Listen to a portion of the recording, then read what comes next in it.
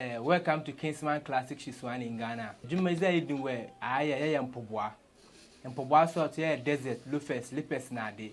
Say pem works na da eboyima no ye into bracket Kingsman Classic Shiswan for Facebook and me product ya ebun. Pem location so me wa agrek. Me no me 0247 40 39 80 with us made in Ghana from Kingsman Classic Shiswan.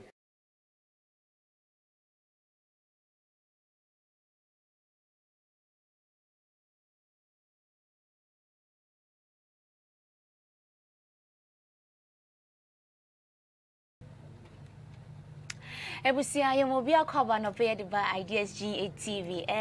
Ya ba betina sese na wo wonim se Nsemsem Dwumadze ene ye de Ghana menina ena sekendi takrade mindful na obi etumi hu de ekoso ewo oman ni mu ena afi so de ekoso ewo sekendi takrade no ya mo obi bia wo hwe Ideas GA TV no obi ya eni etumi ehum na so setumi atibi mekai wo say Dwumadze se wo pese wadanfo bi so hwe obetumi I watch party na so obi etumi ahwe bi se wunya and subscribe to our YouTube channel no so pomodi ya wache na na pe kona komia adoma no se pre de de betu onu bia no se beka wo saka so na wa hwe na wa like se wo pese wo comment kwa there's no problem obetumi a comment na follow us on Facebook and so why na yin na yintumi ehwe na bibia entumi enkonkan anape ya ba betina sie na wo awonim se de etwegu wo man ni mu no ene egusu aye ka ho ase COVID-19 adaroma ama bebi bia ye kumon obia oboto so but then the person ensure safety measures bia ebetumi edi egu apono mu se na ebe ya na se betumi egu akwan se na ebe ya me no mi na emu betumi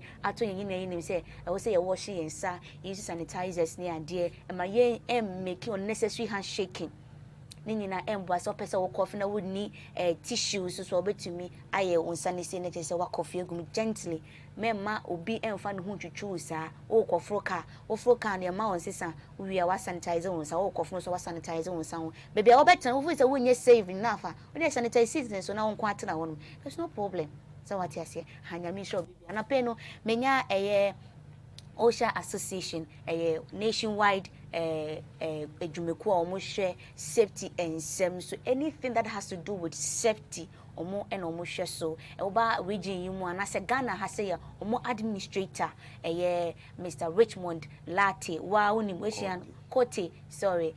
When the Latin intina mama yenisano. And in wa unim se we shane bebre, mo amu ye safety we shane bebre on his teachings near dana pay on any bedi in common na ya share safety measures or what my lockdown you can as a citizen does he think say okay a good decision a government to make to me and me because it looks like that is the only decision left for the president to make but watching so because he's thinking about Ghanaians and then we read the newspaper baby na just say we need about $15 million if say we want to do the lockdown one na Ghana you say scam you me aware say and coronavirus adarment no ye hu atwetwe kakra e be san so enya NPP communicator ono so e wo studio ha say na chese no atwetwe nkomo after wabra Mr. Richmond e be sorry no ono so aba betina no ya hwamanyo sem no so dia mpenifo e de aboa ye COVID-19 mu na chese yin na ye hu etumi atoye ejapa no akaba yeah high Ideas TV Yama kwaba. So mejemoso. Atoso. Umu ya ni na ewie ni na museum service ya no yeti AC nyankopon na ye. Praise and fasting no so misro. So obetumi ato aso wate. Koso na bompa ye mo man Ghana wate. Ye hunim de ne ye sunsun mu de. Sisi anakasa no. Enye se president declare fasting nti but fasting period. Yeah. One him say tembiano ye 40 days fast into the Easter. Sure.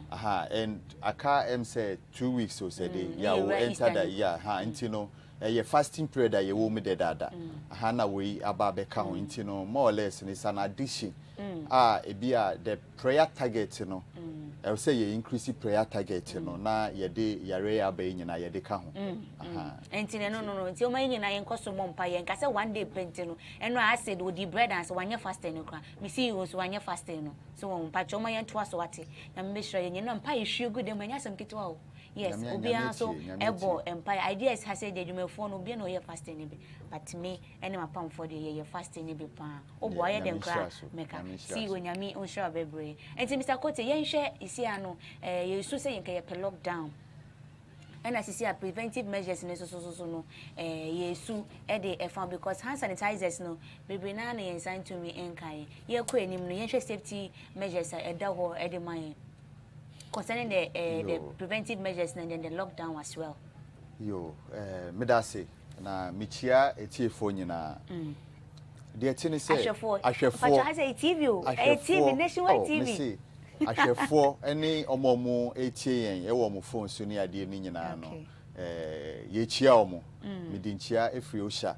UK, and Ghana, at the moment. And they used to me live at UK, yes. Sure. Until me head office for you, I say, but say, Chiana Fantia, Yabeke, and Yadi Ombeti. But we are translate here more. No, we are no church or no, say, no, dear mom. Pepe. Until said the Obisano. A who here a year pass.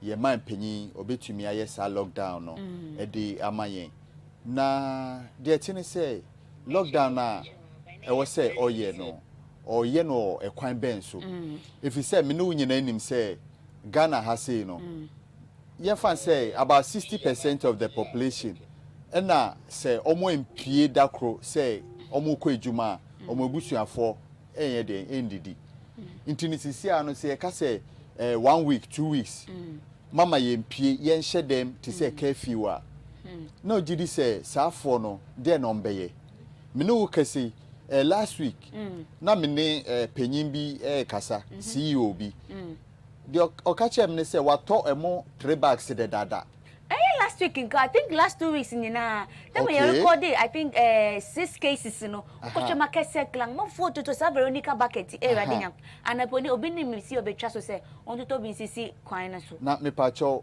emo 10 kilo no wetumi atobia na obi mom de mabo me humum kakra ene nyame shira kakra wo me we mo kakra wo ene pa cho lockdown no meba wo dem debi so me kwa me yofun kwa iti nyamia ye wadom na wetumi aboa ho a mimi tena me mboa me ho ye what you say na minuanom so a omo hwe ya na so omo ofie no so so me no wo ka say obi empie da kro ankoye galamsey a anya de obedidi me ka galamsey na me nche so okotu good but fani say obi okoye painting okoye concrete work okoye fitting work wo that apart from omo a omo ye adwuma bosume a ye tu omo ka no uhwe Ghana population nipa hin na ye adwuma bosume a ye tu omo ka few bebre na eye by day work iti no ubisa won say nipa ye by day work no na wo kasa on tine fie 1 week 2 weeks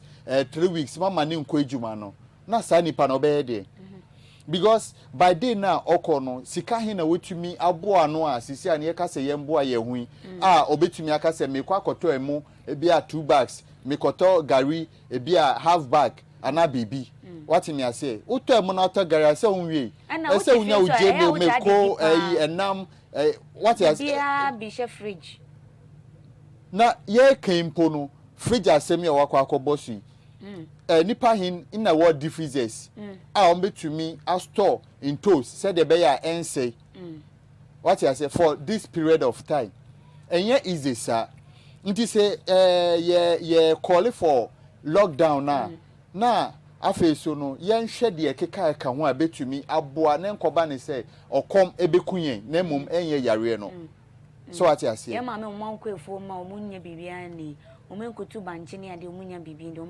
ombe so it no ye call for lockdown and then let's take our time and look at the possibilities because sorry na on ye lockdown so utumi enya akadie bi tutu ye what you say amanfo omunye busuma kan say ejuma ombenya busuma ketua no die na omo betumi enya say ye hwe dia na ye hwe say e wo say ayi ye man no impenyifo no betumi aye provision bi dia mayen e bia ifie bia enya 1 bag of rice ye each household enya 1 bag of rice so hu e bia gare kakra intosu kakra jene kakra akoko kakra fish kakra meat kakra what you say for each household na yen hwe say e bia for a period of 1 week eniam mu atesen so na afi say e wo so me top up no matumi ayeden aye top up e de amayen senti sa dia me aba lockdown wo krampo ne me mu ya ayeden me catch your plane me catch your plane but I come here said say na mesi air kono so no eye ye hu kakra eye hu iti dia Osha Association ye can say wo because of ye practicing safety no safety ma ho kwan say twema de ni nsi ansa wa bo ho ban safety de can say bo ade no ho ban say de be ade na de ensi kura but in the first place ye gina wa amade na ba betu yen se gina ma na ba betu yen dia and ye hwe say be bo ho ban na ade no en spreading ko all the regions because sisia no ntia ye nya ne say sisia no yare no ewo 2 regions eye Ashanti ene Accra regions wo it is a sanity there preventive measures ne betumi take said dey be ade no spread enko eastern central volta western so what I say enko all over the regions sisia na no na Osha Association ye hwe say betumi etwi amanfo na say ye mpanyimfo adwen ejina so na omo enye ho bribi entempe ya ye hwe say within Accra and Kumasi so western for ye benye bia ebe free ho na aba by means of transport or by means of air it is a sanity dia enim heya no Minister of Roads and Transport on hwe say oma flight bia entu free Accra aye flight ni tutu ene say eno ne from outside Ghana but they are making here within okay internal flights ni nyina na so easy afei no cars are move from Accra to the other regions you know e was say or stop sa flight you know sa transportations you know VIP U-turn Ford your friend is saying Stanbic and all the cars are move from Accra echo outside Accra no e was almost stop those cars your friend Kumasi so within Kumasi no say internally say ebia ofri Santasi echo ahujo anabibia fine but every Kumasi outside Kumasi ebia echo Sunyani echo Kenyasi echo yemfani say Obuase and all those areas you know was almost stop those cars because say your maho kwana cars move at the end of the day no I will say who said the spread of the disease and is going to be more which we cannot contain so what I say but say yes stop those cars in there then we can concentrate on Accra and Kumasi say these 2 areas and ayare no so the medical even from Itakoradi other regions you know, can even pop into Accra and Kumasi and give a helping hand so what me I say but say ye journey sadia and no me catch us say look by Saturday Sunday ye hu say ebeti en kase Itakoradi ebi abaha me twemu yesu dim and am pa ye bo wa ye hu say ebeti say can say ebi a Cape Coast and I say Takwa other areas ebi akọ and enya ba ne sana count it within the next 7 days you know we cannot contain it it you know the best prevention solution now and say transportation systems air or by road or by train we should cease na yen containing yare no within this few 2 regions na yen hwe kwan e be fa so a ye betumi ahwe nipa kakra no mwenye bi no na yetwa sa yare no so ewa ha na yen borders no so no unim say apart from Elebo Paga any friend is saying Hamle ye wo other borders are enye authorized because you see, and when you can about closing our borders, concentration in was 3 main borders. But Ofano, Abidjan area, borders is more than 10. What I say? But some more than 10, your main one, elibu. But apart from that, you know, your areas are a footpath. Your areas omode a hiama boat na edin echa. So it know all these areas na say yen customs immigration and yen soldier for no I say omutumi making sure say those areas ni nyina no omutumi ayi fa no can say Togo. Andra news me say yachi Okada riders say about 10 or 12 me bibisa. Oh, and these people are there, these areas are there. In Kofo, FM, Edi, Eba, Omo Bano, yen to me whom Omo health status, whether say Omo Biana say Omo Nibi. So said the identity. Sisi no companies be introducing the use of gun, temperature gun. No? Yeah. Me what temperature? No interest mo yare ni bi. Say then so temperature na dey course. Say we checking in na. Say na. It could be supposed say mo yare ni bi. But in develop it to extend that menya temperature.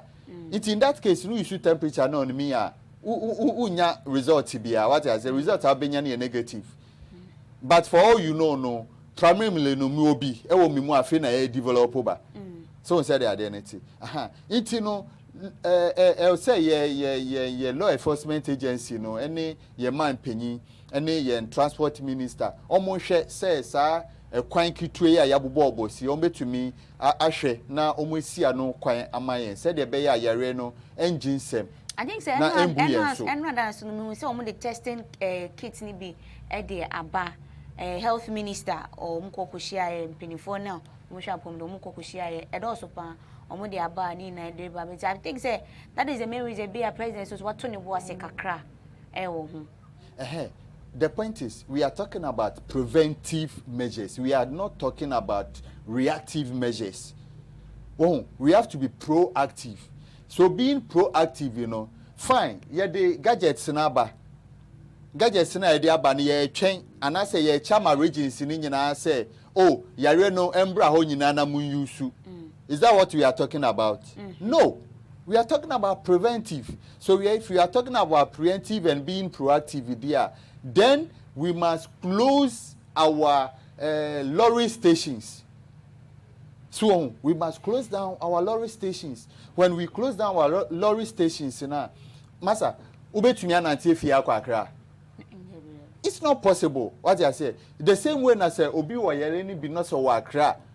On to me, say, oh, car be no ode me batakrade into me nantie Accra abatakrade. It's not possible. Into obetena Accra, into yare ni bia ontina Accra ho na Accra medical sectors no mo ye de omutumi hwe no one point na ye raise na into no gadgets no mo de aba ni de good so mo de aba but ye nchen hwe say obi enya yare ni bi no mo fa sa gadgets ni hwe yen omutumi mpo what me I say because sa nipa is it 68 Asata no pay 68 ena na ya recording me kasem pacha me kasem bi he bloggers na munam abonti munam ho no muni brebia abona mu say ne man mu hwe mu huye ena me kwasho obi say 98 cases. What is that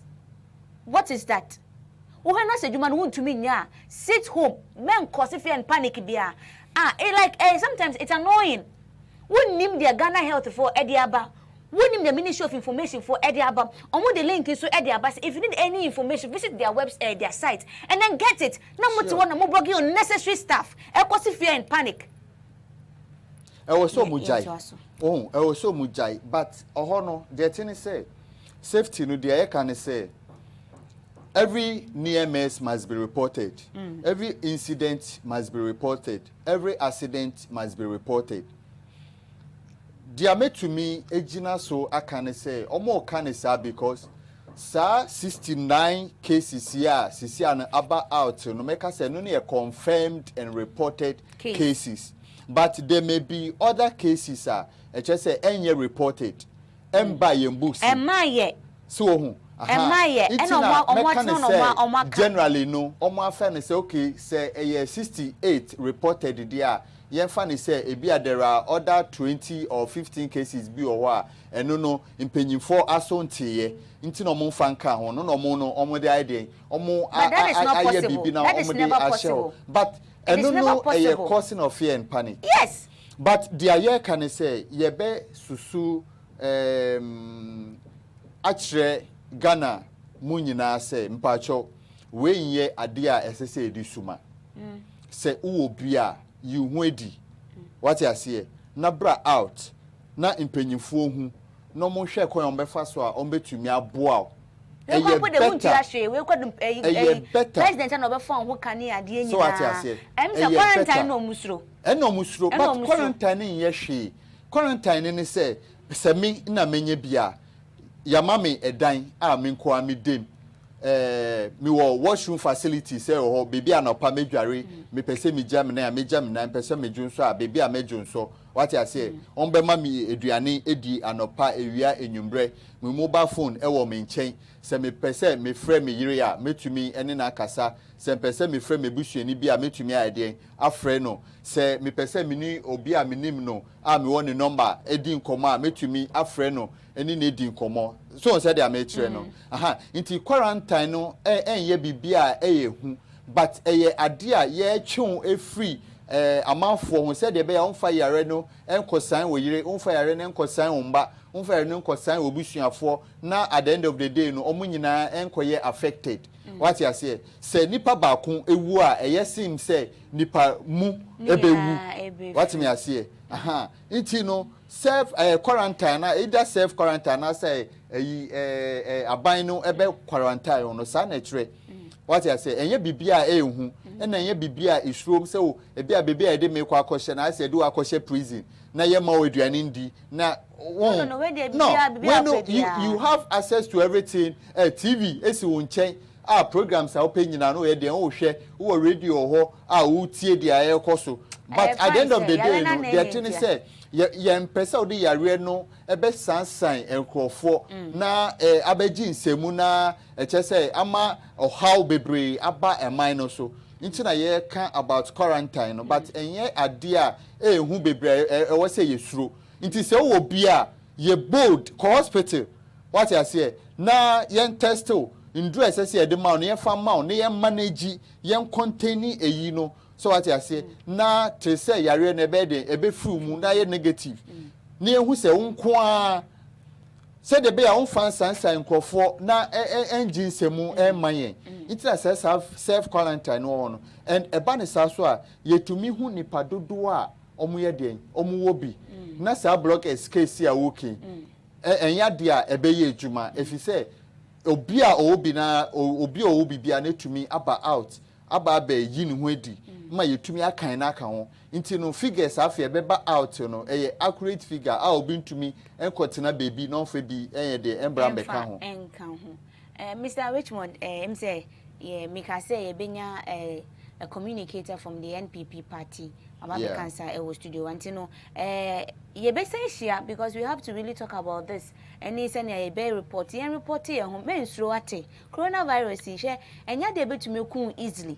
Why? So when you be na so the show one and one on one kasa opese okun na no nko blame obi a but when you be abomodin aso apomdia so ye be report and I say omo the hotlines na ba bomodin say obefre baako one kasa be your own health concern one kasa concern for your health men hwe say o mampani ni ma show say wo bi enti mefa wa konkran and I say mefa wa ko be report yourself. Why? Won't what? You be quarantine. You know, but to pass so you be show. Come on, bibia enyo. The opposite. The one be there was a series. Name it. I nana go for Roberto. No, dear mo. Every year show hospital. So what I say. It's what you sorry so for final words. They are working over into safety. No, your friend no duty of care. Duty of care. And say me amitie. Say me share say my pomudi no ACP. So what you say? Se ma pomudin NCP na se me hu se wo apomudin touch ma e kwan bi enu a metumi aboa so what me say but say me hwe na mapomudi esipia afi de minim sa hoden wo nti no se wo apomudi e tochema metumi aboa ewo kon bia so nti duty of care no no nti no quarantine no e part of duty of care okay nti no yem bomodin say wo bia obetumi aba out wako medical sector no mo ahwew akwancha ewo ho ese omde ma no mo de ama omde ma so hwe na di superpepe said the beya untumi fa yare no enfa ende enfa ma wo ebusuafo mba ene ade so what you say na afi so no ye man empanyinfo minister of transport ni ye man panyin omo hwe say ye local flight movement no omo betwem na afi so no transportation from one region to the other region no so eno so ontwem emayen na ye maintaining region within region transportation system but a inter-region transportation system in the yenhwe ne yentwem nti no sisi ana yenim se yare no Accra eni Kumasi no entina hwa na medical sectors no hwe na omu enye ho adwuma mayen na other regions no enye free na Ghana ahoto embra aha yempese yare no ebe bro bebi a ewo sisi a no na bibia enkoye emayen abra ye war fasting period no so ni standby in fasting period in yenwie 40 days you know even because of the leap year in say 40 days I'm say about I think 46 days or so because of the leap year no until still ye guso ye nti yenkoso ye na yembo mpaye na nyame eti yenhwefre na waye ede amayen ye da se bebre se anapo ye tun safro no wa oboje so a wo baye OSHA Association UK omo Ghana administrator ono ena no pe ne na so safety officer ona na pe ne no atwetwe enkoma ye ne no edi nkomo na so no anse no obesori akono ma ye nkonkoje abrafo enkrato emranti no wo sorry so no na chese NPP the new patriotic party no omo communicator ba ko kasamafo ba ko ewo efie ha se ye ne no ebetwetwe enkomo ye bisa ne se lockdown wi ono so no dia na omo so ye no wo mo ka wo mo gitum se bibia enye fine aso ye babe voter register so no em se EC no so watwetwe assign kakra say coronavirus na niam esi community watwetwe e de assign kakra enrada Ghana Medical Association omuso omu de release eba ye kire mu se enka be ya nka ban entu nani enhwe wo mu nanka omo mu nkotine fie kaka because omu hwe senia ya reni sie pagya ne mu froba na ensem bebre omu kwambro they are not safe because omu hwe health no akadena de omu de be ye adwuma ne ande na kama ye se ebi enhyeda enni ho no papa entinka o mampeni etwe omu se na komu so kotine fie kakra nka bebo because even there's a name omu de be ye adwuma kra ni wo na che se me no omu no munye save na so munye save na se me no mienu nyina ye den yenye save enti no sei ena omu toto sira wo mampeni se nka wombra na nka wo mambe yo ya enka ebebo yakopon ya aduma wo china dafia da 27th March 2020 Kumasi efo ebenya wo mo disinfection exercise na air course Ministry of Local Government wo mo ye no omu so ombenya wo mo de yakopon ya aduma fiada nyame aduma wo china wombenya wo mu de enti no Kumasi Metropolitan Assembly no atoto asre Kantamanto ni market areas wo Kumasi nyina no matoto asre wo mu se omomodin ase omudi wo se be yesi na nkran for ye no omu so omunye the same thing na mpenifo entumi ma spray wo honom enfoma wo mu dakro pede bra enkose wo hwewate dakro peno enkose wo hwe yankopon ebetu wo hye mu se ne ebe ya wo hira betumi ebuso so won na ede amount enti Kumasifo yankopon ya dmo china obi an hye ne dem wate hye wo dem why hye wo dem na omu spray bia se ne ankranfo ede wo se ede ye oyo no na won so wetumi epie abontin yanko ne yankwaji abofo nkrato na ye ba ye ne NPP communicator Western region ha se ye very ma ba opare eno no ebetwetwe enkomo. Welcome to Kingsman Classic Shiswan in Ghana. Dwumadze idin we ya mpobwa. Mpobwa sort ya desert lufes lipes na de. Se pem works na da eboyima no ye into blanket Kingsman Classic Shiswan for Facebook and me product ya boom a permit location so I'm a Greek. My number is 0247 40 39 80 with us made in Ghana from Kingsman Classic Shoes One.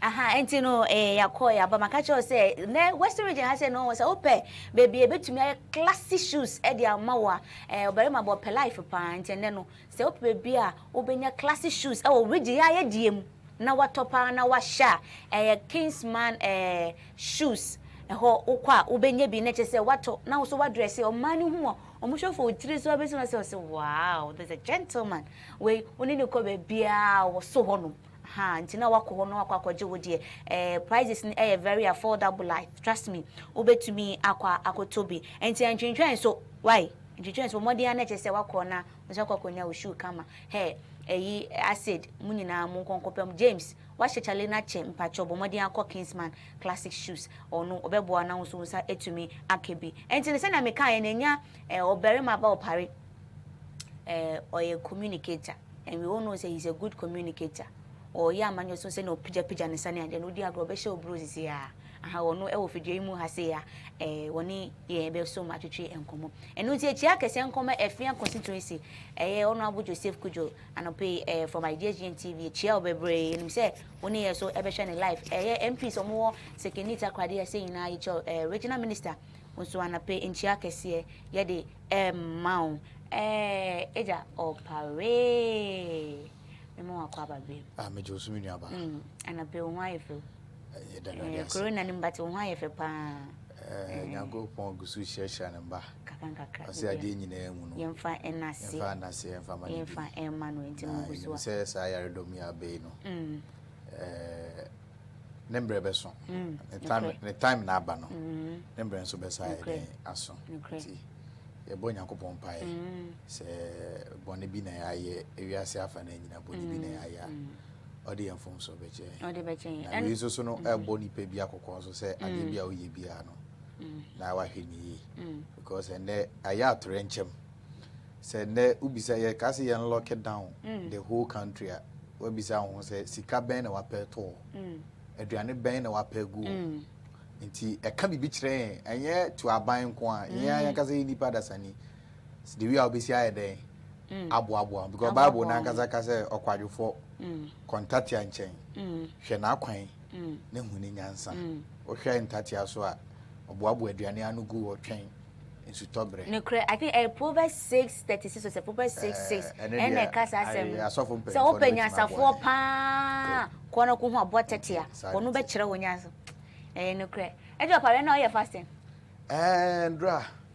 mi yebi ba inipa yo mu ahodo bebre yebi no mu yefunu no nye te se mi die bi o di akwaja yefunu mi hyase anopa no cre ni nyame anim mi wie mi die 1 o'clock why ade na me ko pe aduane die me bo mpa wie na me ko pe aduane ye den die eno ne ye me enti enya wo de why ade because abu wanye bi na me ka se James so anye bi se akwankyere no esa won hwe body because asofo na nkasa ka kire se esa won hwe body na unhu se obi ho no kom de ne kakra bi pa sem beba no kre won wo sa wi ni ade ni nyina na but wo didi no na wo bom paye e kan obi ho no wo tena ho fiti anopa akosi anwumre no didi o se wa fasting starving na wo ye ho che enye fasting na ho kire kom starving enye coronavirus fasting na ye but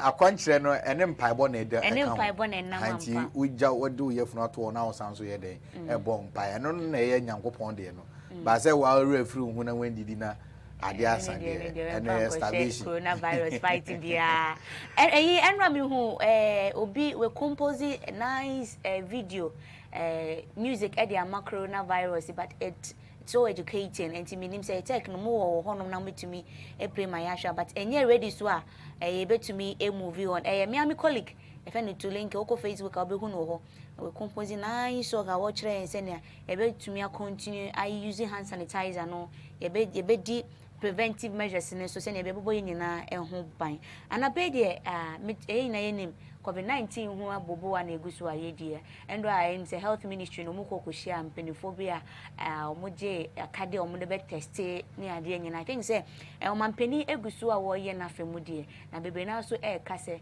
lock it down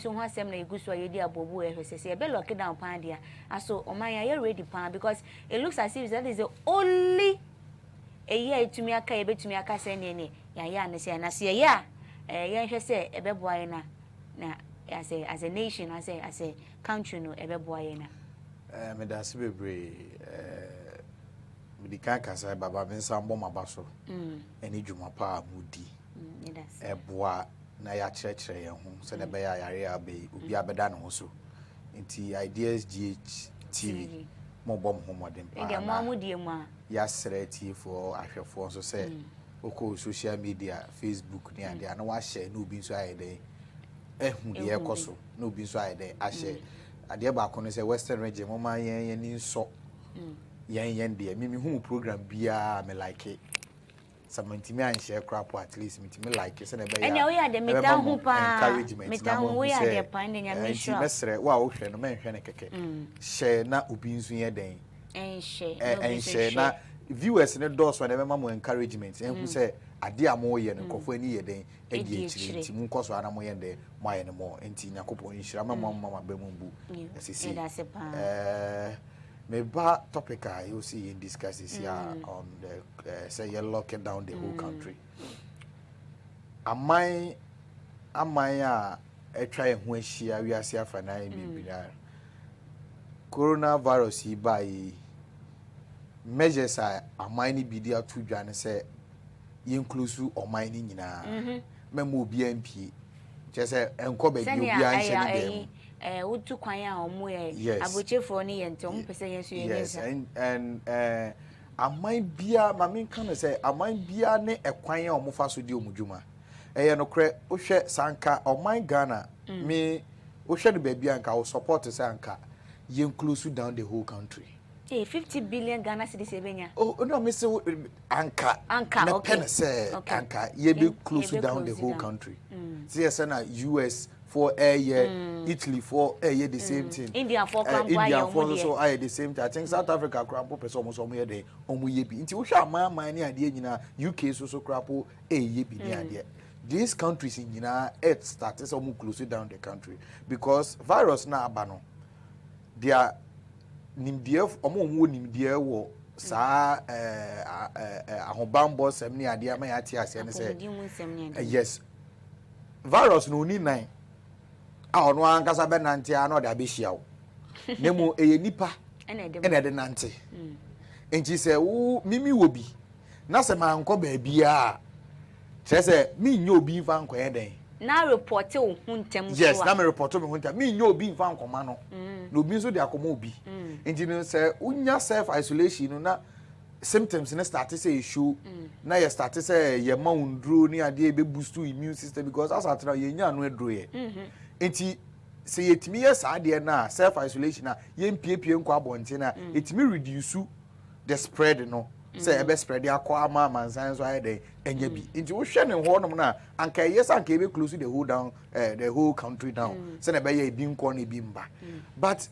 metete san komona na mibisa me ho say so oman Ghana ye betimi aye bia no kwende ne say e be hedin because oman Ghana ye wo mi ye data e problem ye ni omo gibosum aketua po eni ye ni omo ni adwuma ye as oman enti no uko oman bi say US they know each and every individual wo oman nim dwuma odi so onye adwuma omunim so onye adwuma I say data collection a problem as a nation ye wo oman bi ete say Ghana obi wo ho no ma wan fa desta car desta ibi anto ne kon anko gina number 9 traffic light and say pipe anu a kire say the whole day no onye aduane bi andi etiru imagine say you close down the whole country obi antimi nkomba how are these people going to manage and survive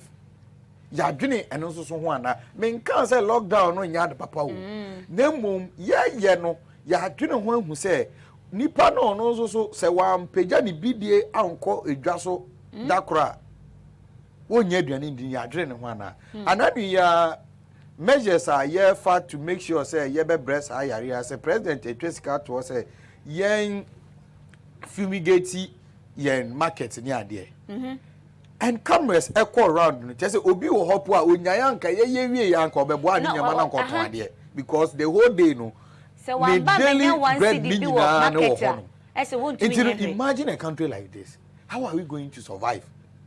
So ye wosika enough ye betimi aka say ye che efie bia fa say emu kotoku baako ana ye betimi aye nti ye nwunwune sa anyima we nyina men kan say omo ka say ye close down ni ade no me ne omo nya adwene mu nya kasa ni ade no I will never say that, but ye kan ni nyina sa no ne ya adwen ho say so ye di nyama gu akwan mu a si ye close down say enne wo untimi fie kuma say enko kwasimi ntimu a ubetimi a survive ana nti ye hwe sa de we nyina and me minim say His Excellency Nana Danko Akufo-Addo, the President of the Republic of Ghana. Yes, any na bedwafo omudi sa okunya nimu no omo be hwe de ye no ma ya mo man Ghana.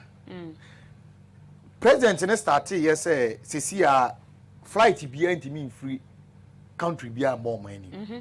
And no so ye one measure ye betime reduce ye can spread no. And ye bona ba so papa. Why yes ade no. And sisia no so no o hwe the spread na enye Ghana fo a ye wo kro ni mu na ye nya wo. Eye enkofo a ya amononi aba na ya quarantine omo. Chese quarantine chese omo beduru ye no ya mo man ko fie. Nemo ye drive omo straight ankrankra bia ni ama wo dan ba ko na wa hyem ne ya check wo moja mu ni ade se yare no wo bia. And fine. And I'm Canada said you know we be na ka ye be ya mo na we di. Enti o share cases e ba bonti ni nyina na yes ankrofo we ya quarantine mu akwahye dan mu a ye omuhum nhwehwemu ni ade no sa numbers ni mu na ye den every ba enti ye mpo de ye ntira ye kakra say and share dan go into the community ni mu kese ama spread ni ye there because you see I know cuz I think say ya Accra any Kumasi pre and cases Kumasi so on me kwakwa no me can cases Accra ni Kumasi COVID-19 Accra ni Kumasi pe ni yetimi there enya sa cases bi nti I think say these are some of the measures aban di egu akwan mu a ye be make sure and sa we nyina ye ka hotel a ya gia mo omu dem eni nyina ye ka no pom ye be say ye mom aduane anwumre awie say ye mom aduane anwumre say ye mom aduane and we nyina ye ka anka me no ka say ekwan bi e da ye mfikyire bi e enye no anka ye betimi de say sika we mu ni ade nyina akoye den akoye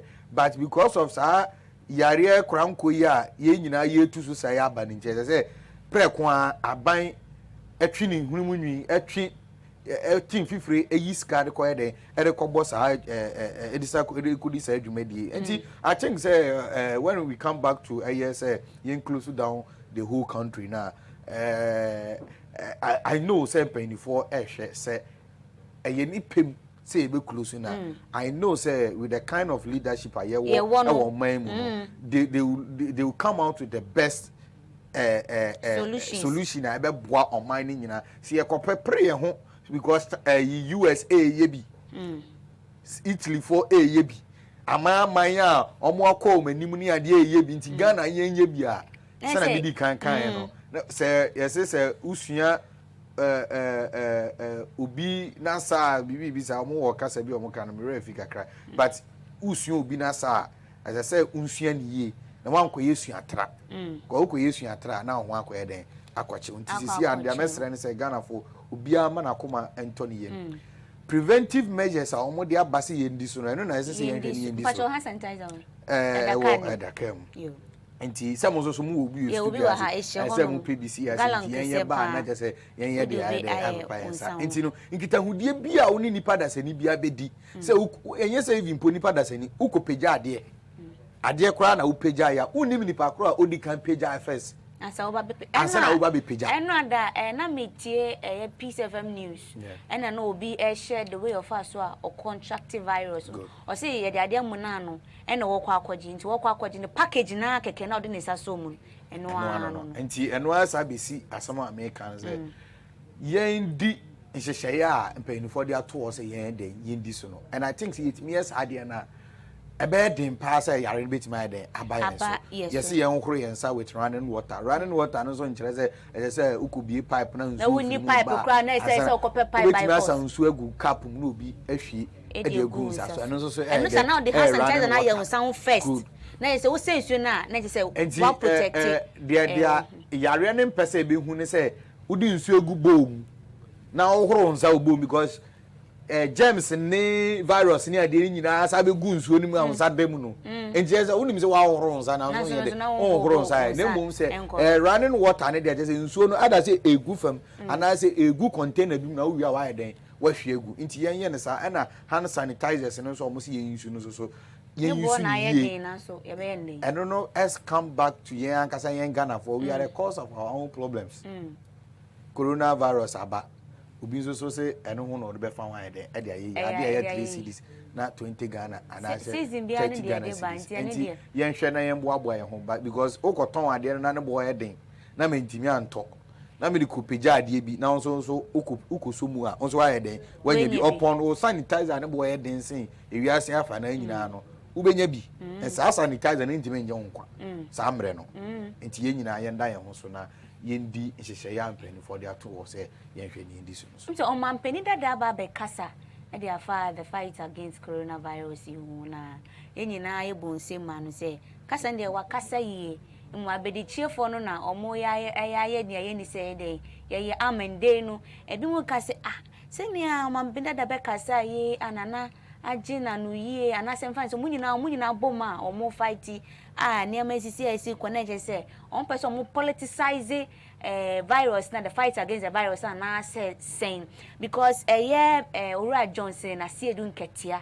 wono chocho ni peni de made NDC party no o chemu say na ekokosu ni ade yi betumi akoba ni say NDC for the vote enunti na MPP for sorry the vote enunti na wo mo yes anti no munja ni omo ye no me wan so mampeni dada omo flag bearer no adwene ho krampa abeti team a omo ba be supporting nana nemum de omo bisa ne se ne nka omo ma omo hu update omo record ni ade se na be omo hu say okay this is where we fought to and this is where we need to go se eto aso ni ade but come here say omo nya response bia omo host press conference ni ade nyina but I can say omo nya response bia and also no hu sem ne ti say me das papa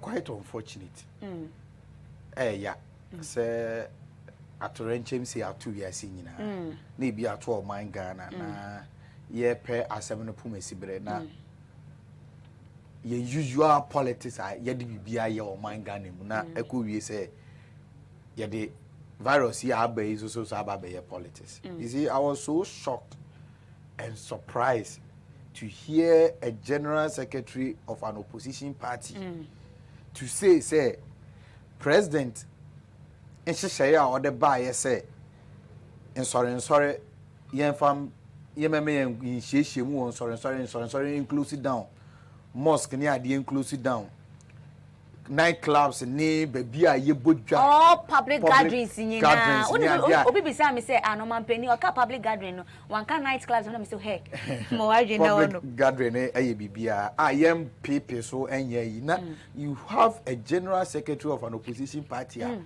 to omo no party say omo no ye the alternative omo twen say Ghana for beto aba omo ma bebu man na otimi ka kire Ghana for say o hwe sa sorry a president si yembre na sekakra me yen commons ku ni yen twentwen so kakra ni ade eye kwan ya president ne person of aso de awia 2020 abem I was so shocked and surprised a leader of his caliber will come out with such a comment but and he's still holding on to his words. Press conference or moya, he's still holding on to his words. And I don't know about a Yaudia Maminyama, the general secretary, and that matter the NDC. You see, you're way now, but any NDC, any MPP. And you best say, NDC for no. This is not the time, Yaba Bayan to say, oh, I am a Haman Kobe, say. Ebola buy no and no man pina Mahama na e wo so eno so no wo bo no like why be we na be pay so for free mo ye nim and even Ebola the fight against Ebola is totally different from coronavirus and na sending because usually Ebola was just in Africa. Some I think 5 nations been in Africa penny but usually we na as compared to yes we a global pandemic we are seeing attack obia. But we share the comment of the General Secretary, and now it was so unfortunate. Pehi and Kasasa, because say, oh, can I say, Kwana Befaso, Eddie Elusu 2020 Abemua. Now, quite to say, as an MPP granny, a coffee virus in Krabai. But virus, every China and and Mesre, Sisia and Baby Edruno, in penny for motion minus or no. Omo enom kita sika no any resources are on made me there and they are born mine home and I don't think say NDC for and now say am my penny for a betray mu ko omo was suggestions be omo do come ban because on here dey onti so I was so surprised again to see say the NDC have formed an NDC COVID-19 response team which is totally useless. Hey. Yes, and for so be any because amanya nyinya sa yare bia what a Democrat COVID-19 response team US. Oh, say team no mutie no team no mutie no bebe hwe say omo ba ni mo be join listen to the word though. NDC COVID-19 response team. No. It's totally. It's totally unacceptable. Let's look at the motive behind it. You see, motive behind it. Also, idea BIS. So what's me at the crowd court. So what's me at the. No one who can. A bit me akobasa asem na we kan kra be bunu say be say nyansen bia yen den enim even though what's me at the but when who can. Should it be NDC COVID-19 response team? So are you trying to tell me say let's assume say more and come on NPP say Ebola ba and say na mu ni anything to worry about because Ebola ba we were in opposition say NPP at Ebola response team for what will be our work no say see our quarantine here quarantine omo bedru airport is it NDC who is paying for their needs? Is it MPP? So now MPP should also come out with MPP COVID-19 response. We say no, so CPP should also come out with a CPP. That is if they want to show concern. It is totally unacceptable. So you see, one thing that the NDC for yanka kind of forbid me assume. They say, oh, NDC for ya kaka yen ho abom. Say that Canada, Japan. Why donation of gloves? Nose masks, sanitizers, and all these kind of things. And the command Ministry of Health because they see, I know, at the end of the Ministry of Health now. So, Papa, no, or to and fro, sir. It is a CIANO, Ministry of Information in the above and say, okay, COVID-19, yes, they say, yeah, they are okay, they see, I record 19. Now, okay, we are then this for a press conference, COVID-19 response team. Yes, so, yes, it is, you see, when it comes to pandemic, we say a bar. Source of information and important. From the right source very important. Very, very important. And every country beyond here authorities are this way. The American watch us here. Are you trying to tell me that former President Mahama only a good for number? Oh, it's not possible. Are you trying to tell me say former President Mahama and your person or call last staff as own team call? No, it's not. Me and you are no TA. But a former president or person ne yoshi Akufo-Addo obetime no. It's I didn't see the need for this. Ekebetime ayet say ebia NDC preventive and crop ebia nka mati communicators bia member communicators bia na nka ebia omukuta van. So collaboration me say ebia omati team bi omukuta van omukoko nkrase koye education aboa NCC about a kwan you be fast we di ehuni any of health because yes see a baby ade na duru no obi anso mu ha but you don't form another as a we here in the press conference we here now we also here in the press conference then you see president I say okay we are declaring a day of national fasting and prayers okay NDC for also yes see declare nationwide fasting and prayers and Bible and I'm doing say but we say we should respect authorities also a command sana na quiet to say okay imagine say NDC for I declare NDC national fasting and prayers Ghana for nyina be Ghana for nyina because of the name NDC no correct so it come back to tell me as the politicization 3 days fasting and you prayers see the president you see a president no he's not president for MPP no for the but the he's nation president for the whole nation but John Dramani Mahama is the candidate for NDC only sure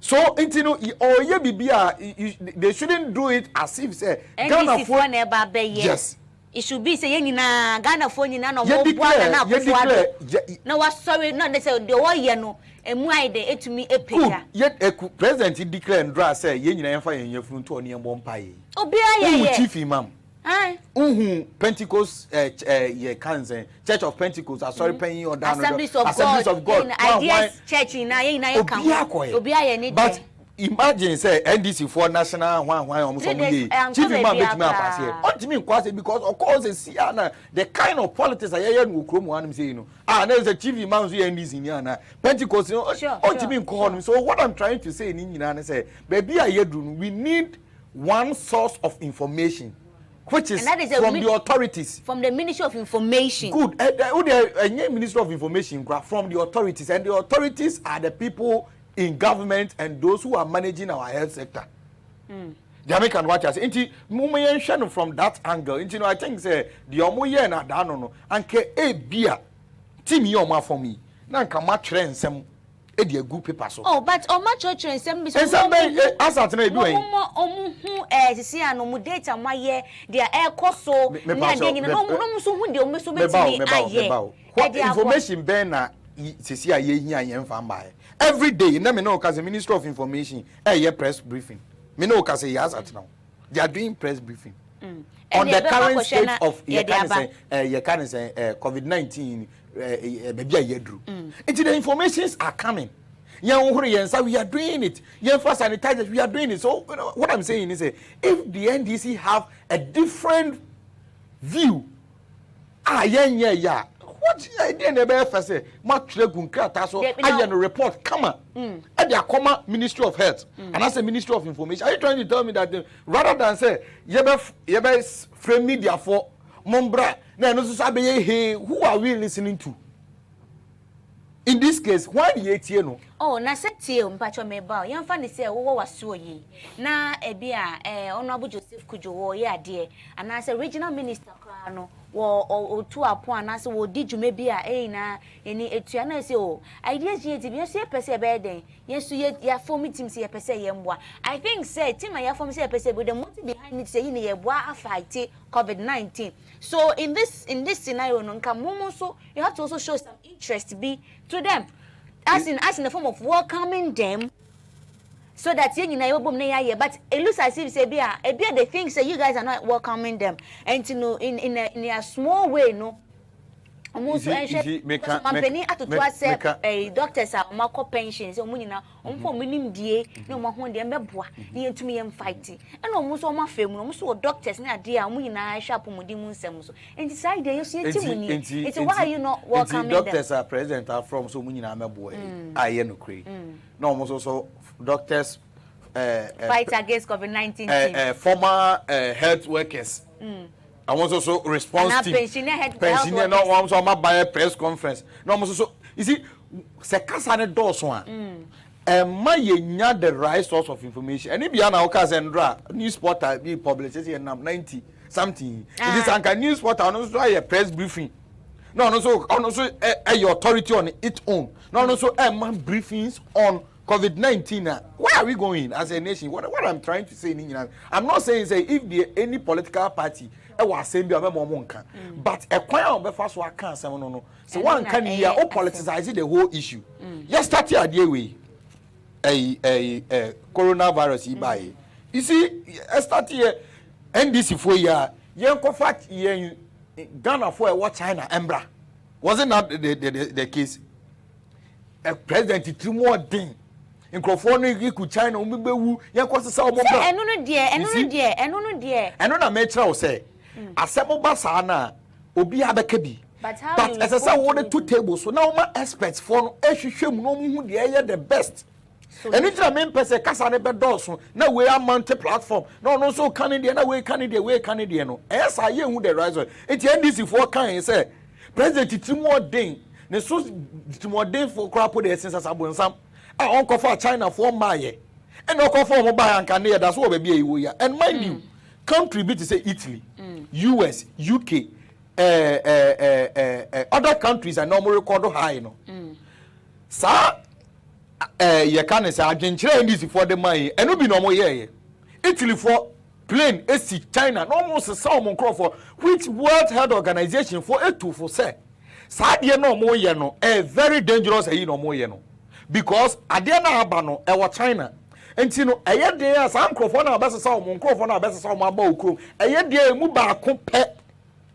Ebe could tell you about what sign crew of winning. And it's a Osha, Italy. Omo we did plane ko si hon yo mumbrani enko and then agi Italy for nsem and now me know ka say Cuban doctors and na akọ Italy omo ko bo omo mate say yes other countries China for also dey omo doctors ni nurses free China e dey akọ Italy akọ bo omo and now me know ka say a whole the almighty USA agi omo nsem omo hu de omo dey enti me kire say ansam ne basa na e say ye to yambo kakra. See, Ghana for Banka, never know, because we are leading as Italy because one problem Munya and say, sir, I'm call for no do any day at the buy it, and we are there and call for best of my boss, so we 100. 50, what they have for 2. Now, only there are 2 bet me. 2 can spread the whole virus across the whole country. It's men can say, oh, I drink Trebia. Mama yenchre but yenchra in a way na quiet to say oh na we the one ye na because omo kan ya ma ye say kufu ado de ntiri mo de wan kofa Ghana for na mo mutiri mo de but the president stand to be he say sad decision na ye take here which World Health Organization for kwa etufo say China embassy for kwa po can say me antwintwan because omo de nyama to akwan mu a omo make sure say yaren and spread it and command for it. And then I mean, China abafem. Yen conform always yen say obi one can say obi. And you know, yen I am brafem na the kind of politicization way yen dem so me yen there. If NDC forward solution and as some won bua yes romo donations yi ni ade enkrofo ye bi. Sanitizers yi omo cry enche yen se be ye bi. NDC for akom ho abom hand sanitizer e bi 2 million. Omo de check Ministry of Health. No more some fight. Then we see say we are all helping. But component say me some from a press conference. Me so me hear me COVID-19 response team. Yeah can we ever go see because say me di kan no. Countries say we are say afa na nyina. Say mu ba ko a ehɔ no no. Political parties at your response team. Ebi ni babia say me can say US Democrat response team na oko you can say UK Labour response team na South Africa for opposition parties obi at your response team until they see ano na achi bia no nyame fa sa amba o okay flooding isu oyire esi o man mu a then NDC flood response team enso be ba me so be creating admo. It is totally unacceptable. Mama yen share yarene da yen so no na yen so. But my yenda nko omo join on Facebook omo ne share yen na so ase Ibrahim Abu oni ya join oni share nyami insure Kwesi Abubakar ono so ne share. Raphael Prempro say I like the sound this morning. Big ups to Ideas TV. Thank you so much Raphael. Ginko Abdul Hamid, sorry, also one here share live on Facebook. Dennis Hackman, I join you on here share live on Facebook. Patrick Atta Avatar, also one here share Senior Lawrence, also any share Tosman, also James Goshas, one here share Jay-Z, also near Zenab, and so I join in. And you, or say I'm here again, and I'm in your day. And I will say I'm loving the show today. I just need TV crew. I will sponsor you all for food today. Mami answer K join. Also near share Lawrence Dark one near share. Nana Eju so was saying Ababim or say unnecessary team they have formed. I mean read it from my side so that me hear clearly. Unnecessary team from my team they are formed. If you have help, just provide equipment and then things to help fight the disease. I see doing Ketia de loose talk.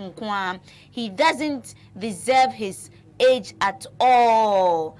Man of city boy or say oh man, and man of oh man meaning the opposite would chere, but all the same. Thanks for the comment. Matilda Anan also one year Emmanuel Ishen also a join here 1 year live on Facebook. Brema Bananka so hey. Me ami penny baako pe me boss baako pe Benedict Adey honorable baako pe one so wani she regional office for nyina Berima ye be na ya sorry so sir. I think say with this discussion we'll have it all the time because COVID-19 I say mbomodi ani pija ni fight na say bibia etumi aboa na fear and panic na cost that is my problem. Yet to me, nyina free one. Na just saying, I who to me. Yes, sorry, so now share or final words na yen to me. Sorry, so the American chat to one. Omwa President Emma notice say you close down your borders near the both air, land, sea, a year. Also, I think Saturday, no car say with effective. For Monday, it's your mom by Saturday, Sunday. No, some crofuni na ya quarantine on why the good baby back on. And yes, woman, ya G hotel or minor G hotel, and more where then, or would them send a bay, ya be making sure say, Yareno, say, Obi will be a on fan quay there, on fan contract. But oh, social media near there. Ubo says, Uncle for ya, yet your mind sika. Adiaji hotel dia more ya mo aduane anopa ne awiane nimbre ne ade no na ebi gu abonten se oni yare ne bi nti enja no nko no ba bi ote no mpe sabi. I think the quarantine issue we have to educate them on it because that is their problem. The things the quarantine nature say obenye bi and I say like they don't really get the understanding. You see, wow, if you are brochire, and now you don't get the understanding. Now, yeah, you want Ghana high in the answer anything. You see, it's your best because we share the 1,000. I me no cause ya quarantine or more. Omumuna sa numbers in every bar. Every baby numbers here near the name 60 or 70 near the sa numbers you more near the every bar. It is a ye jaw munina. Eno mu nyina call ya anka sa numbers yi nyina sala be de ba be spread this ayare we de de ama enti ye be sro mo se sia no ye sia mo 14 days se ye hwehwe biem no ehu se uni sa ayare ni bia because ayare no de we omama ya ti ase ne se e ba o moja mu na e ye dene pa se ye be hu se wanya bi ti se 1 week 2 weeks e kono na o symptoms no symptoms na start say eyi ni hu ade e bia nhunu mu nsi nsuo e bia obo wa to aso saa ni ade na efi ehu se bia o ya nya bi ye test mu je na ehu se ye de wanya bi nti omunya obotre na aban no en quarantine omo se wanso so ufi abrochire na e ba ye before ansa na ye close borders ni ade a wonso so no pe ba bi na ye na madam for ba ko se mama show na sisi a me shede me mpia bojo wana ji he ya nto shede m enti omo so no omo ntena fie mema ye mpie bebre e na ye so ye Ghana for no so ye sere insa enku coronavirus because we have the belief say oh say utimi twa bi pa ni ade a just say virus ni podi no way to so tempted to take application because say utimi shibi mtampi utimi shibi dia just say virus no ye de enu ni nyina ye sabi roadside talk free Ministry of Health and free scientific and scientifically proven enti ye besere yen dan ho so baby ye hyehyem bebre ni ade ye ko bo nsiri hehe aye de ade nyina ye mfa ni nyina embra fa because unim nipa kro obi en obi wo bi a asem obi kan na aye mesere se omo ya quarantine omo mo pese be quarantine no omo se omu ni bi no eyo omo se emoa no omo ye pet enti ona mo na edu achi se na edu achi na no ko entisa ewo ho obi enu be den obi ntisi ahwe omoje mu ansa enti enyina ye mbo ye ho ban wasa aban panifo edi nyama egu akwam na obi ahwan den edi atono empire no so de ye koso a embo meme ye no se endran kwa ene so bo empire ene dia no pa mi ya me bo body am pesi because of your dey very ma o dey ye wia enti ne ye hwe aduane die mu so mu ye aduane a ye di no so ye make sure say aduane no so another dey kakra dey ewu mu a ebetime boost your immune system because the ama ati ne say unkambo na ewo yam no ewo mu no say ho ye den a say yare ni bi pochewa ehu hia say obenum aduro bia wo immune system na kasa be fight virus na ma wa de wa de ho nti enye aduane bia na say ye de ye di fruit so ye den bebre na I believe say yare we no eno ana ba ye eno aso be de ebe sa akọ na Ghana for ye nyina ya de yeah that's and you know Kingsman classic shoes and o maso ya say to me de and the Dwumadze e de abana say Dwumadze on Ideas TV no e to me ya de bro na na eji say I'm also going to I'm going to tell next 2 weeks let's all help fight this well and you know ebusia aha enambe makwan me de Dwumadze ni nyina esi happy birthday kesi enkoma Kojamwaku Inzole Focus One Media Group no wono ena ya general manager ede Moko Spice and Beach FM wono Inzoli Pop Inzoli Pop so woni mina ono ende na woda Nyankopon wonhya ne bebre na wonto nim Nyankopon yodo mo chena ye be say sinkunya efia say regional minister ye de nchia kese ede ma efia kwesi meeting right efia constituency and then efia kwesi meeting so also united and ase sonko ede Mohammed Nyankopon wonhira and then Patuela also nyame onhira na Nyankopon ya no chena ye be san ehia medi ede nana ama boidiwa.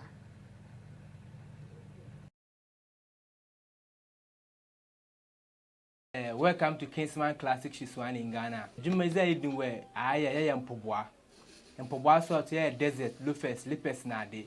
Say pem works na da ebo Emmanuel into bracket Kingsman Classic Shiswan for Facebook. Am product ya ibun pem location so am agrek.